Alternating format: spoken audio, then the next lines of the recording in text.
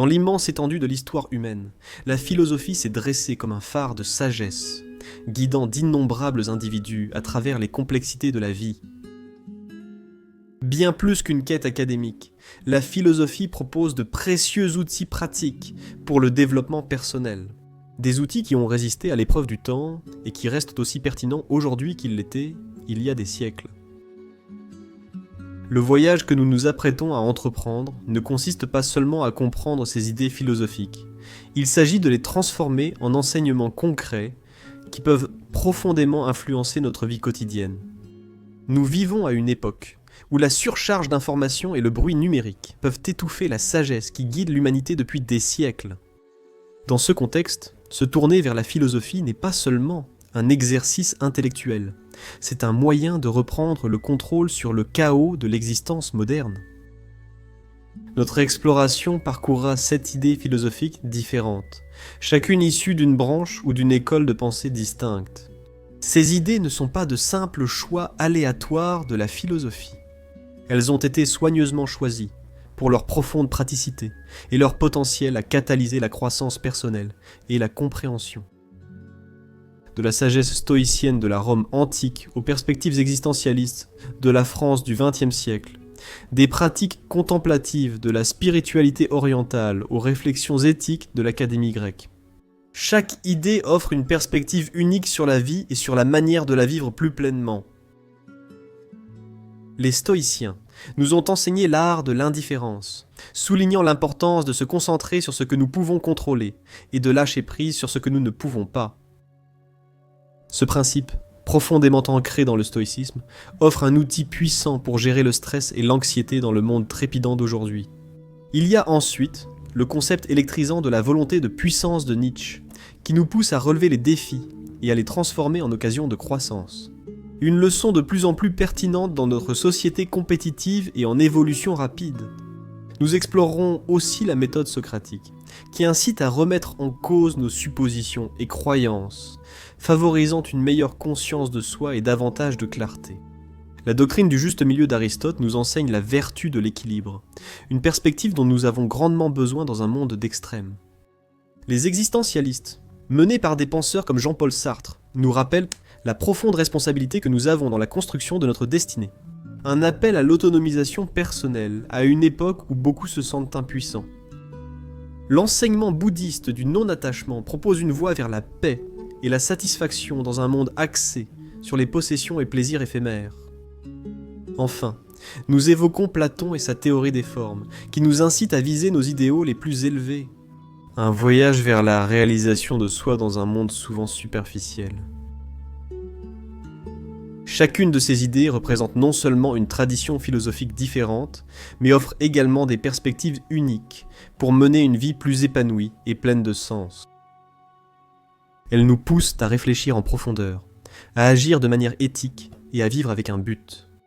Ce n'est pas qu'une série de conférences, mais une invitation à explorer des idées qui ont marqué la pensée humaine depuis des millénaires, et à les appliquer dans un monde qui semble avoir oublié leurs valeurs.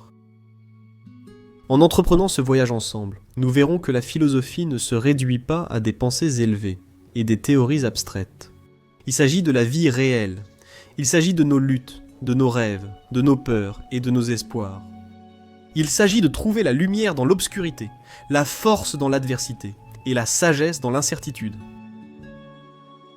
Alors, commençons ce voyage avec un esprit et un cœur ouverts, prêts à explorer comment la sagesse ancienne peut éclairer nos chemins dans le monde moderne. Bienvenue dans un voyage à travers la sagesse intemporelle de la philosophie, un voyage qui promet non seulement d'éclairer, mais aussi de transformer.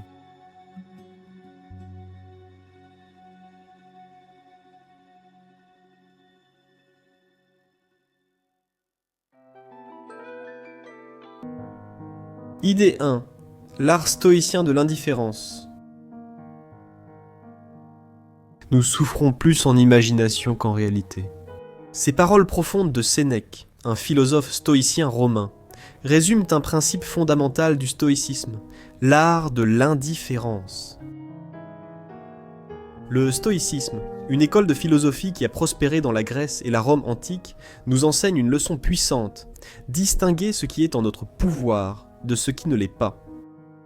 Cette compréhension simple mais profonde peut changer la donne dans notre vie quotidienne. Le stoïcisme nous dit qu'une grande partie de notre mécontentement et de notre angoisse provient du fait que nous nous concentrons sur ce que nous ne pouvons pas contrôler et que nous essayons de maîtriser l'incontrôlable. Nous nous tourmentons à propos des conséquences de nos actions, du comportement des autres ou de l'état du monde, alors que la plupart de ces choses échappent à notre contrôle direct. L'approche stoïcienne nous invite à rediriger notre énergie vers ce que nous pouvons contrôler, nos pensées, nos attitudes et nos actions. C'est une philosophie qui nous invite non seulement à accepter, mais aussi à embrasser notre manque de contrôle sur les événements extérieurs. Trouver la liberté en reconnaissant les limites de notre pouvoir. Le concept d'indifférence dans le stoïcisme ne signifie pas l'apathie ou le manque d'intérêt. Au contraire, il désigne une approche objective et détachée des choses qui échappent à notre contrôle. Il s'agit de maintenir une tranquillité intérieure et une maîtrise de soi, quelles que soient les circonstances extérieures. L'équanimité n'est pas naturelle pour la plupart, mais peut se cultiver avec la pleine conscience et la résolution proactive des problèmes. La pleine conscience, une pratique souvent associée à la méditation bouddhiste mais tout aussi pertinente dans le contexte stoïcien, consiste à être pleinement présent et conscient de nos pensées et de nos actions, sans être trop réactif ni submergé. Il s'agit d'observer nos pensées, en particulier notre tendance à nous inquiéter de choses qui échappent à notre contrôle, et de ramener doucement notre attention sur ce que nous pouvons influencer. La pleine conscience nous aide à cultiver un sentiment de paix intérieure, même au milieu du chaos. Résolution proactive des problèmes. Une autre application du stoïcisme consiste à identifier les aspects d'une situation sur lesquels nous pouvons agir et à passer à l'action. Il s'agit d'adopter un état d'esprit axé sur les solutions, plutôt que sur les problèmes. Face aux difficultés au travail, dans nos relations ou ailleurs, l'approche stoïcienne nous invite à analyser ces défis et à déterminer des actions concrètes à entreprendre. Plutôt que de nous attarder sur l'injustice ou le comportement d'autrui, nous nous concentrons sur notre réaction et nos stratégies pour avancer. Cette philosophie est particulièrement bénéfique pour gérer le stress au travail. Les défis sont inévitables en milieu professionnel. Des délais serrés aux collègues difficiles. Les sources potentielles de stress sont nombreuses. En appliquant le principe stoïcien de se concentrer sur ce que nous contrôlons, nous passons de victimes passives à navigateurs actifs de nos circonstances. On ne contrôle pas la date limite, mais on maîtrise la gestion de notre temps. Nous ne pouvons pas contrôler l'attitude d'un collègue, mais nous pouvons contrôler notre réaction face à cela. Ce changement de perspective réduit non seulement l'anxiété et la frustration, mais il nous rend aussi plus efficaces et résilients. Dans les relations personnelles, l'art stoïcien de l'indifférence nous enseigne à accepter les gens tels qu'ils sont, et non tels que nous voudrions qu'ils soient. Il nous invite à abandonner le besoin de contrôler ou de changer les autres, une source fréquente de friction dans les relations. Au lieu de cela, nous nous concentrons sur notre comportement, nos limites et nos réactions. Cela ne veut pas dire que nous devenons passifs ou indifférents, mais que nous agissons de façon plus saine, en reconnaissant que le véritable changement commence en nous. L'application des principes stoïciens au quotidien dépasse la simple gestion du stress ou l'amélioration des relations. C'est une approche globale de la vie qui nous encourage à trouver la satisfaction et la joie dans nos propres actions et notre caractère, plutôt que dans les circonstances extérieures ou les possessions. Elle nous enseigne à accueillir les défis de la vie, non pas comme des obstacles sur notre chemin, mais comme des occasions de pratiquer la vertu, la résilience et la force intérieure.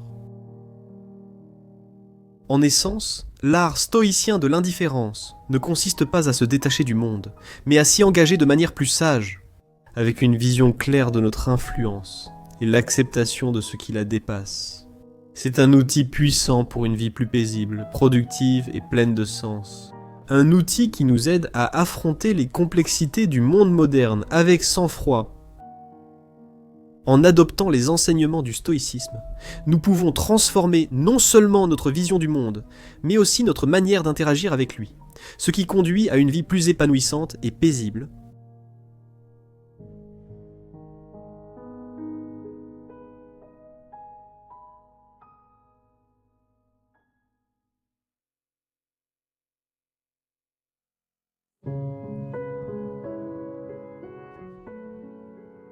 Idée 2. La volonté de puissance de Nietzsche. Ce qui ne me tue pas me rend plus fort. Cette déclaration audacieuse de Friedrich Nietzsche, l'un des philosophes les plus provocateurs et influents du XIXe siècle, saisit l'essence de sa philosophie de la volonté de puissance. Le concept de Nietzsche nous pousse à repenser notre approche face aux épreuves et aux tribulations de la vie, en les considérant non pas comme des fardeaux, mais comme des catalyseurs de croissance et de découverte de soi. La philosophie de Nietzsche affirme que la force fondamentale de l'humain réside dans la volonté d'affirmer et d'étendre sa puissance, et non seulement de survivre. Cette volonté de puissance vise non pas la domination d'autrui, mais le dépassement de soi et des défis de la vie. C'est un appel à embrasser nos luttes, à y trouver un sens et à les utiliser comme des tremplins pour atteindre notre plein potentiel. Son idée nous pousse à reconsidérer notre relation avec l'adversité, dans un monde valorisant le confort et la facilité. Nietzsche nous invite à rechercher les défis, à sortir de notre zone de confort et à voir chaque difficulté comme une opportunité de croissance personnelle. Adopter la volonté de puissance de Nietzsche, c'est poursuivre ses passions personnelles avec vigueur et détermination. Il faut se fixer des objectifs ambitieux et les poursuivre sans relâche, sans craindre l'échec ni céder à la complaisance. Dans notre carrière, nos loisirs ou notre développement personnel, cette philosophie nous encourage à repousser nos limites, à explorer nos frontières et à chercher constamment des moyens de nous améliorer et d'évoluer. Cet état d'esprit a des implications profondes sur la façon dont nous gérons les obstacles. Au lieu de les considérer comme des obstacles à nos objectifs, nous les voyons comme des éléments essentiels du parcours. Chaque défi devient une épreuve de notre détermination, une occasion d'affiner nos compétences et une opportunité de démontrer notre engagement envers nos aspirations. En adoptant cette approche, nous changeons la nature de la lutte. Elle devient une source de force et de confiance plutôt qu'une cause de peur et de doute. Dans le domaine professionnel, la philosophie de Nietzsche peut être transformatrice. Dans un monde compétitif et en constante évolution, la volonté de puissance nous pousse à innover, à diriger et à viser l'excellence. Elle encourage une approche proactive du développement de carrière, où les défis sont perçus comme des occasions de montrer nos compétences et de nous démarquer.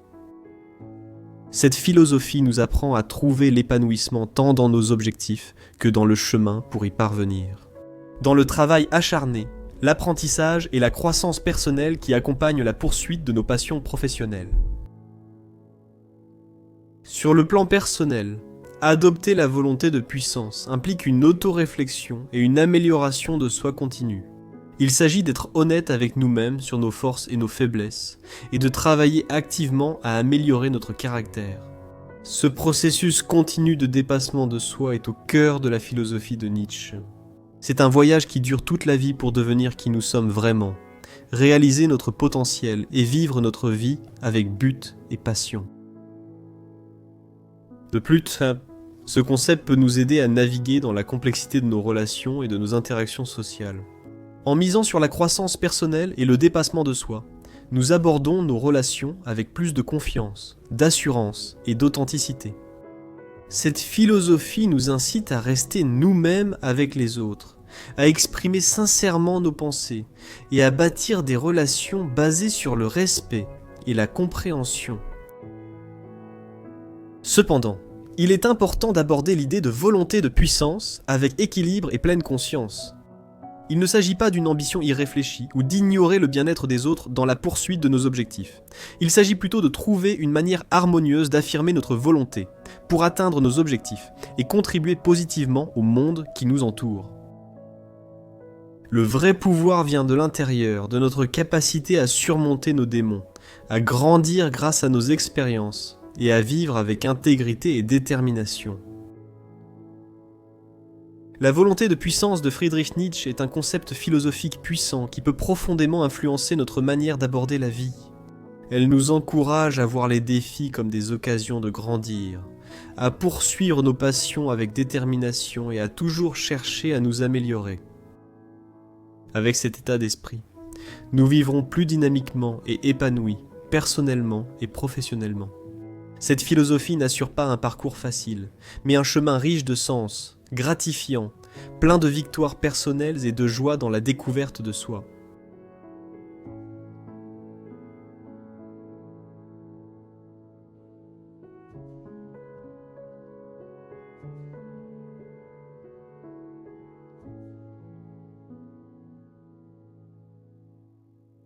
Idée 3. Le questionnement socratique. Une vie non examinée ne vaut pas la peine d'être vécue. Cette affirmation profonde de Socrate, l'un des plus grands philosophes de la Grèce antique, saisit l'essence de la méthode socratique. Une forme d'enquête et de débat conçue pour stimuler la pensée critique et éclairer les idées. La méthode socratique n'est pas seulement un outil pédagogique, c'est une technique puissante d'auto-examen et de développement personnel, aussi pertinente aujourd'hui qu'elle l'était dans l'Athènes antique. Au fond, la méthode socratique consiste à questionner, à remettre en question nos croyances, nos suppositions, nos valeurs et la façon même dont nous percevons le monde. C'est une méthode qui nous encourage à approfondir nos processus de pensée, à découvrir les fondements de nos convictions et à tester rigoureusement leur validité. Cette quête incessante de questionnement conduit à une sorte d'éveil intellectuel et spirituel, une prise de conscience que la véritable sagesse réside dans la compréhension des limites de notre savoir. Mettre en œuvre la méthode socratique dans la vie quotidienne commence par cultiver un état d'esprit de curiosité et d'ouverture. Cela implique d'adopter une attitude de véritable questionnement dans nos interactions avec le monde qui nous entoure. Lorsqu'on est confronté à une croyance ou à une supposition, qu'elle soit la nôtre ou celle de quelqu'un d'autre, l'approche socratique nous pousse à poser des questions approfondies. Pourquoi est-ce que je crois cela ? Quelles preuves la soutiennent ? Y a-t-il d'autres perspectives ? Je n'y ai pas pensé. Cette méthode d'investigation peut être appliquée à tous les domaines de la vie, du personnel au professionnel, du banal au profond. Par exemple, considérez le domaine des peurs et des préjugés personnels. Ces croyances non examinées peuvent profondément influencer notre comportement et nos attitudes. En appliquant le questionnement socratique, nous pouvons commencer à démêler les causes sous-jacentes de ces peurs et de ces préjugés.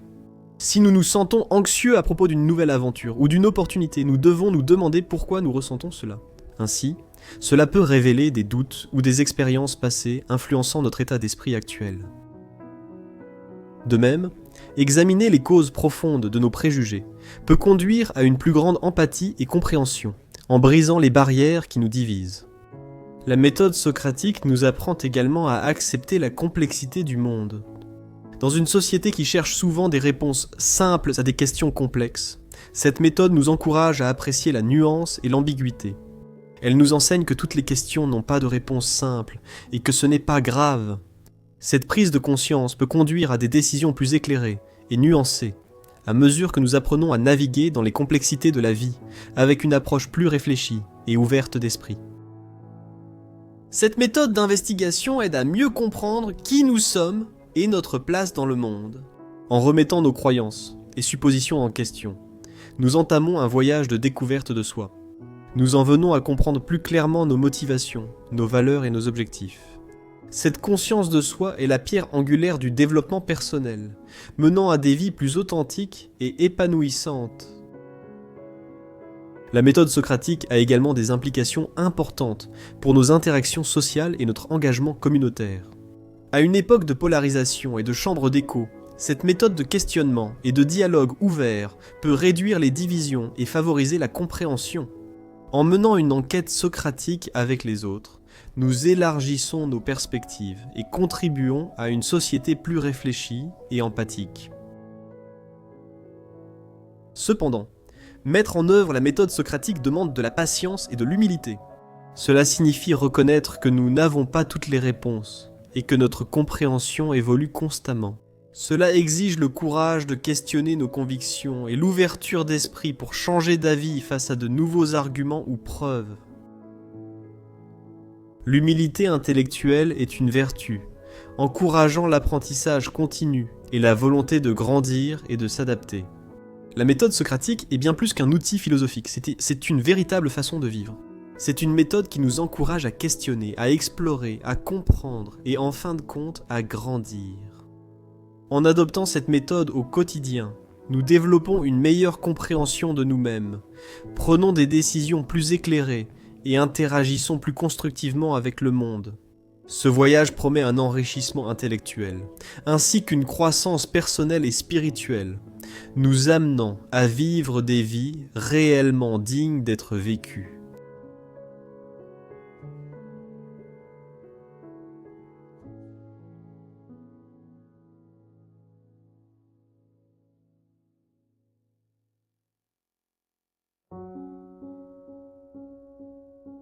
Idée 4. Le juste milieu d'Aristote.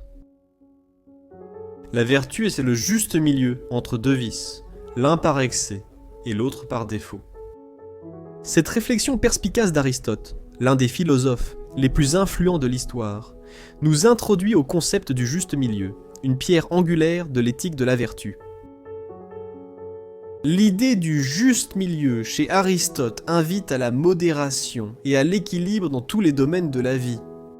Ce principe, intemporel, offre une sagesse pour atteindre harmonie et bien-être. Le juste milieu consiste à éviter les extrêmes. Selon Aristote, chaque vertu se situe à un juste milieu entre deux extrêmes, l'excès et le défaut. Par exemple, le courage est une vertu entre la témérité et la lâcheté. La générosité se situe entre la prodigalité et l'avarice. Ce concept s'applique à presque tous les aspects du comportement humain et de la prise de décision, offrant une approche équilibrée pour mener une vie vertueuse et épanouie. Dans le contexte de la vie quotidienne, appliquer le juste milieu implique un effort conscient pour trouver l'équilibre. Prenez par exemple l'équilibre entre le travail et les loisirs. Dans notre monde actuel où tout s'accélère, il est facile de sombrer dans les extrêmes. Travailler excessivement sans repos adéquat, ou à l'inverse, se livrer au loisir au détriment de la productivité. La doctrine du juste milieu nous enseigne à rechercher un équilibre qui permette à la fois l'épanouissement professionnel et la détente personnelle, en reconnaissant que les deux sont essentiels à une vie épanouie. De même, considérez l'équilibre entre le courage et la prudence. Dans notre vie personnelle et professionnelle, nous faisons souvent face à des situations nécessitant de prendre des risques. Le courage permet de saisir les opportunités et défis, mais trop de risques devient imprudent. D'un autre côté, trop de prudence peut entraîner des occasions manquées et une vie limitée par la peur. La juste mesure nous encourage à trouver un équilibre, à être assez courageux pour prendre des risques calculés, tout en étant suffisamment prudent pour considérer les conséquences potentielles. Le concept de la juste mesure s'étend également à notre vie émotionnelle. Les émotions telles que la colère, la joie ou la tristesse sont naturelles, mais vécues à l'excès. Elles peuvent devenir destructrices. Aristote nous encourage à ressentir ces émotions dans la bonne mesure, au bon moment et pour les bonnes raisons. Cette approche équilibrée de nos émotions nous permet de réagir aux situations de la vie de manière appropriée et constructive. En pratiquant cette idée, l'autoréflexion devient cruciale. Cela nous oblige à être attentifs à nos tendances, à l'excès ou à la carence dans différents domaines de notre vie. Cela peut impliquer de l'introspection et éventuellement de tenir un journal pour suivre nos comportements et nos attitudes. En réfléchissant régulièrement à nos actions et à nos choix, nous pouvons identifier des schémas de comportement qui tendent vers l'excès ou la carence et faire des efforts conscients pour les corriger. La flexibilité et l'adaptabilité sont aussi essentielles dans la pratique du juste milieu. Mais qu'est-ce qu'un juste milieu ? Selon la situation, cela peut varier. Ce qui est vu comme courageux dans un contexte peut être imprudent dans un autre. La juste mesure n'est pas une solution universelle. Elle exige de nous d'être perspicaces et d'adapter nos comportements aux spécificités de chaque situation. De plus, le concept d'Aristote est profondément lié à l'idée de croissance et de développement personnel. En cherchant l'équilibre dans nos vies, nous poursuivons une amélioration personnelle continue. Cette quête d'équilibre nous pousse à développer une compréhension plus profonde de nous-mêmes, de nos valeurs et de nos objectifs. Elle nous encourage à grandir et à évoluer, non seulement dans nos actions, mais aussi dans notre caractère. Cependant, trouver cet équilibre n'est pas toujours simple. Cela demande de la pratique, de la patience et de la persévérance. Cela signifie faire des erreurs et en apprendre.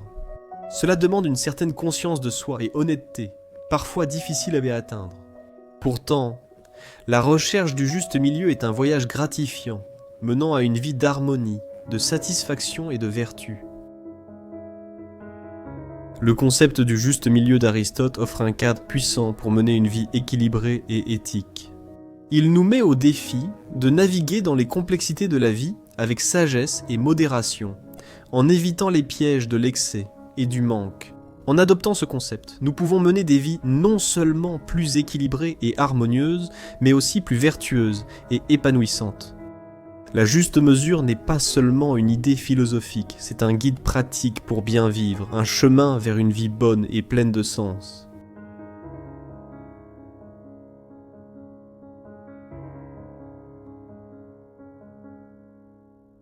Idée 5. Responsabilité existentielle. Celui qui a un pourquoi pour vivre peut supporter presque n'importe quel comment. Cette citation de Friedrich Nietzsche résume un principe clé de la philosophie existentielle. L'importance de donner un sens personnel à la vie. L'existentialisme, un mouvement philosophique qui a pris de l'importance au XXe siècle, affirme que la vie est dépourvue de sens intrinsèque. Il revient à chaque individu de créer son propre sens et sa propre direction. Cette idée transforme la façon dont nous voyons notre existence, en nous rendant responsables de façonner notre destin et d'attribuer à nos vies les valeurs et significations que nous choisissons.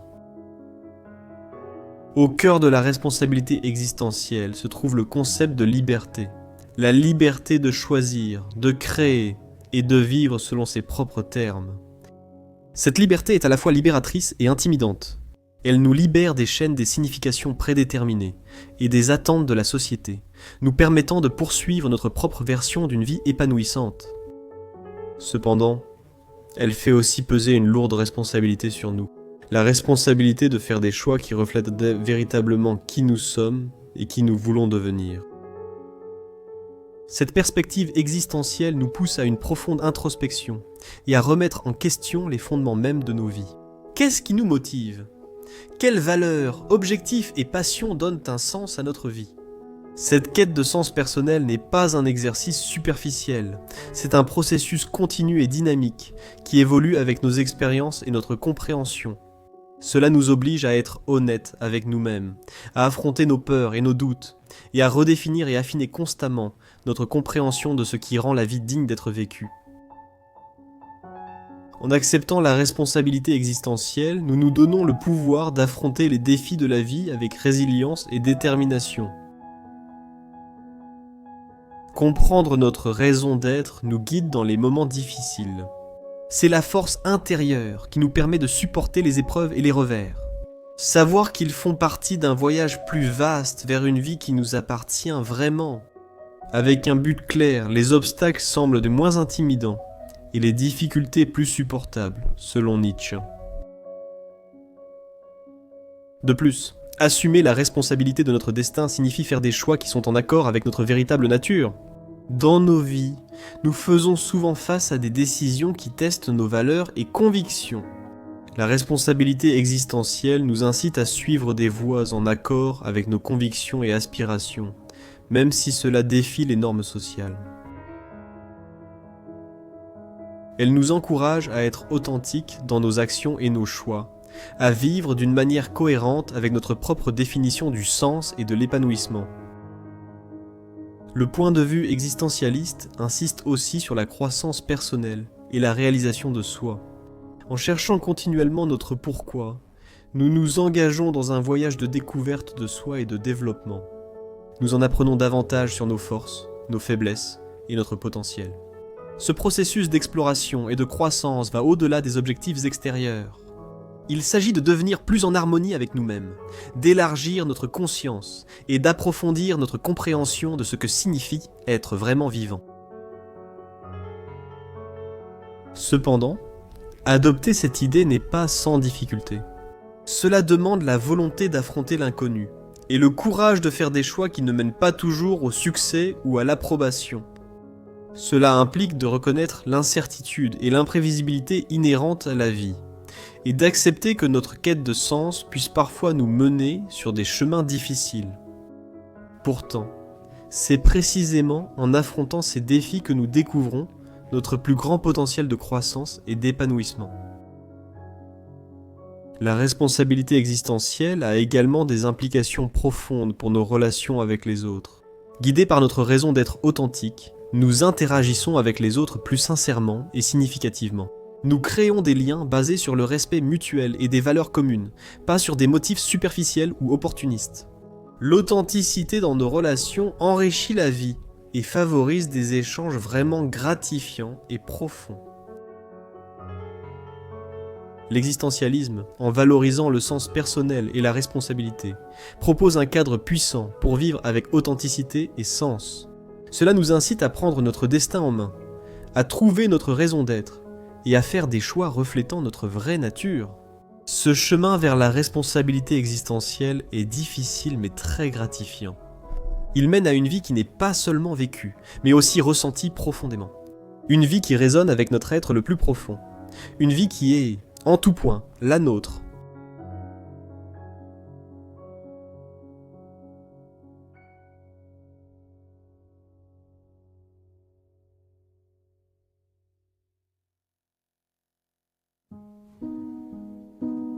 Idée 6, non-attachement bouddhiste.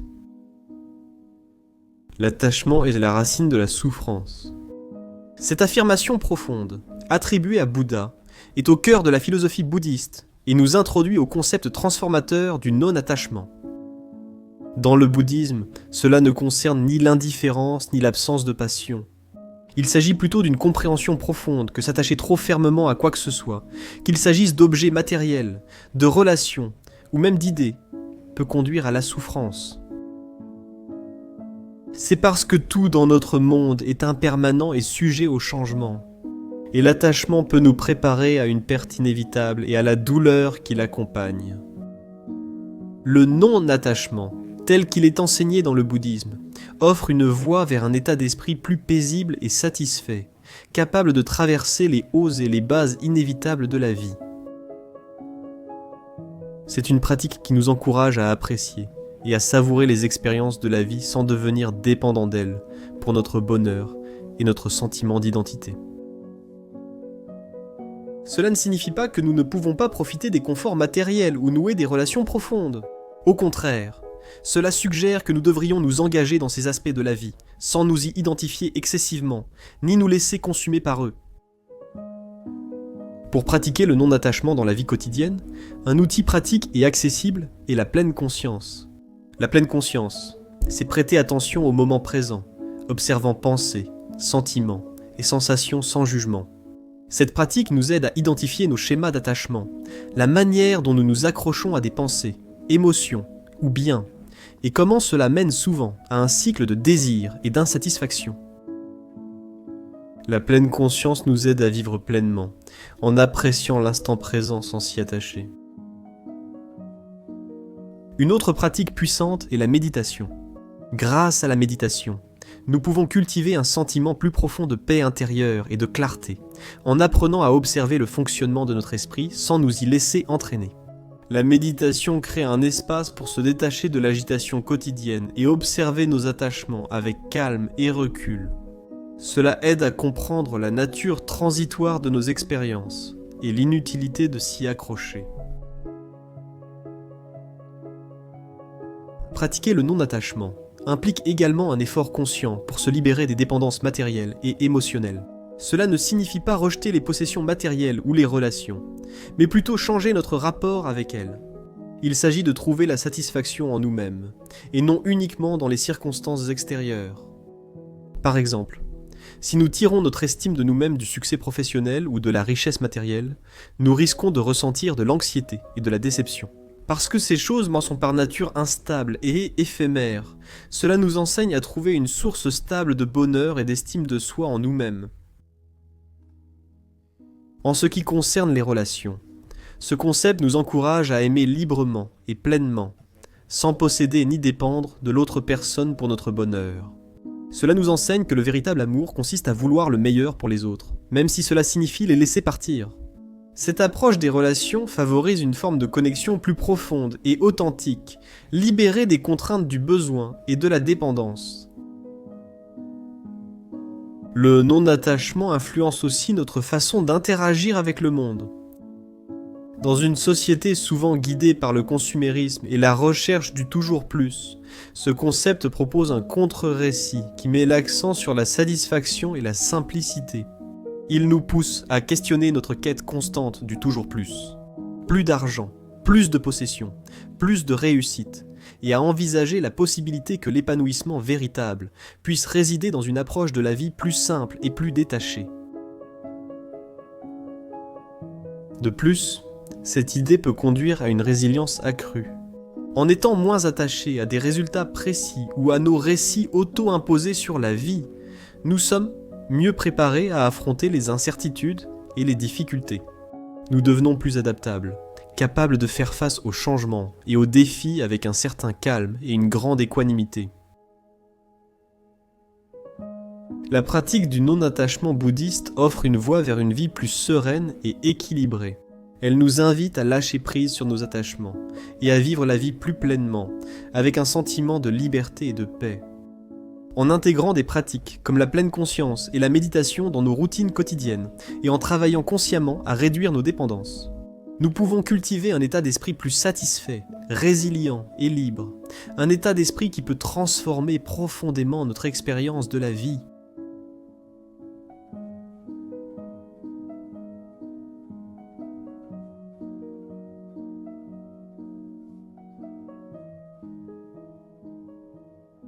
Idée 7. Les formes platoniciennes et la réalisation de soi. La première et la plus grande victoire est de se vaincre soi-même. Cette remarque de Platon, grande figure de la philosophie occidentale, nous introduit à sa théorie des formes, vue comme une métaphore de la croissance personnelle et de la réalisation de soi. Les formes de Platon ne sont pas de simples abstractions, mais incarnent la vérité, la beauté et la bonté. Dans le contexte du développement personnel, s'engager avec ces formes signifie s'efforcer d'actualiser les aspects les plus élevés et les plus vertueux de nous-mêmes. Le concept des formes chez Platon suggère que la réalité ultime existe dans un domaine abstrait et non physique, et que ce que nous expérimentons dans le monde physique n'est que l'ombre ou le reflet de ces formes parfaites. En transposant cela à notre quête personnelle de croissance, cela implique que notre parcours consiste à tendre vers ces formes ou vertus idéales. Il s'agit d'aspirer à incarner les formes les plus pures de qualité comme l'intégrité, la compassion et la sagesse dans nos vies. Comprendre et s'identifier à nos propres formes exige une profonde introspection et une grande conscience de soi. Cela implique de se poser des questions fondamentales sur qui nous sommes et ce que nous valorisons le plus. Que signifie la vérité pour nous ? Comment définissons-nous la beauté ? À quoi ressemble la bonté dans nos actions quotidiennes ? Ce ne sont pas seulement des réflexions philosophiques, ce sont des questions pratiques qui peuvent guider nos choix et nos comportements, façonnant notre chemin vers la réalisation de soi. Aligner nos vies avec ces idéaux supérieurs est un processus transformateur. En recherchant la vérité, nous nous engageons à l'honnêteté et à l'authenticité dans nos relations et notre compréhension du monde. Chercher la beauté peut consister à apprécier et à créer l'harmonie et l'équilibre dans nos vies et nos environnements.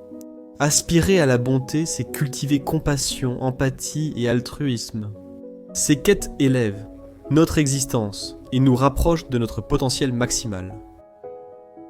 Le chemin vers l'incarnation de ces formes platoniciennes ne concerne pas seulement l'amélioration de soi, il s'agit de la transcendance de soi. Il faut dépasser l'ego et les désirs immédiats pour se relier à quelque chose de plus grand et durable. Cet alignement avec des idéaux supérieurs apporte un sentiment de but et d'accomplissement qui transcende les plaisirs et les réussites éphémères de l'existence ordinaire. La quête de ces idéaux peut prendre diverses formes. Dans notre vie professionnelle, cela peut signifier choisir un travail à la fois lucratif, porteur de sens et conforme à nos valeurs. Dans notre vie personnelle, cela peut impliquer de cultiver des relations fondées sur le respect mutuel et une véritable connexion, plutôt que sur la commodité ou une attirance superficielle.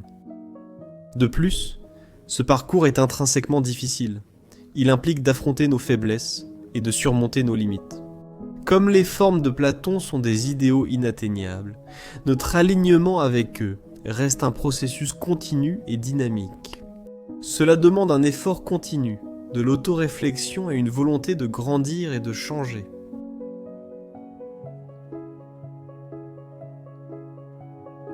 La recherche des formes platoniciennes a aussi un aspect communautaire.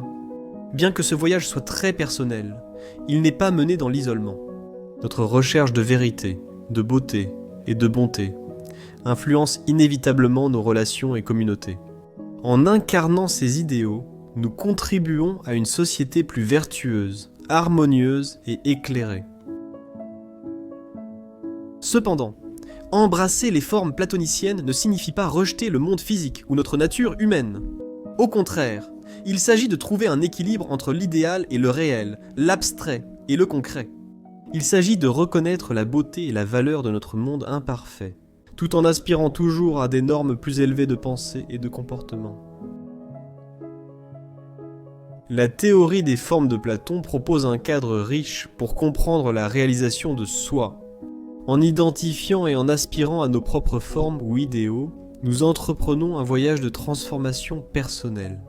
Ce voyage nous met au défi de nous conquérir nous-mêmes, de transcender nos limites et de réaliser notre plus haut potentiel. C'est un chemin qui mène non seulement à l'épanouissement personnel, mais aussi à un engagement plus profond avec le monde et à une contribution durable au bien commun. En poursuivant ces idéaux intemporels, nous nous rapprochons de la plus grande des victoires, nous conquérir nous-mêmes et devenir la meilleure version de ce que nous pouvons être.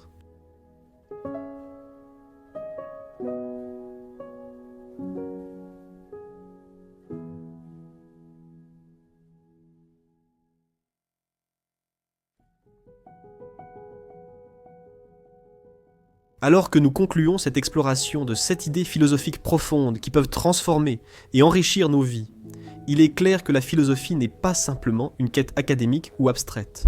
Au contraire, c'est un guide vivant et essentiel qui s'adresse directement à nos expériences, à nos luttes et à nos aspirations. Ces idées, issues de traditions et d'époques diverses, convergent vers une vérité unique. Nos vies sont malléables et riches, porteuses d'un potentiel de croissance, de compréhension et d'épanouissement. Par l'art stoïcien de l'indifférence, nous avons vu que le fait d'accepter ce que nous pouvons contrôler et de relâcher notre emprise sur ce que nous ne pouvons pas conduit à une paix intérieure profonde et à une grande résilience.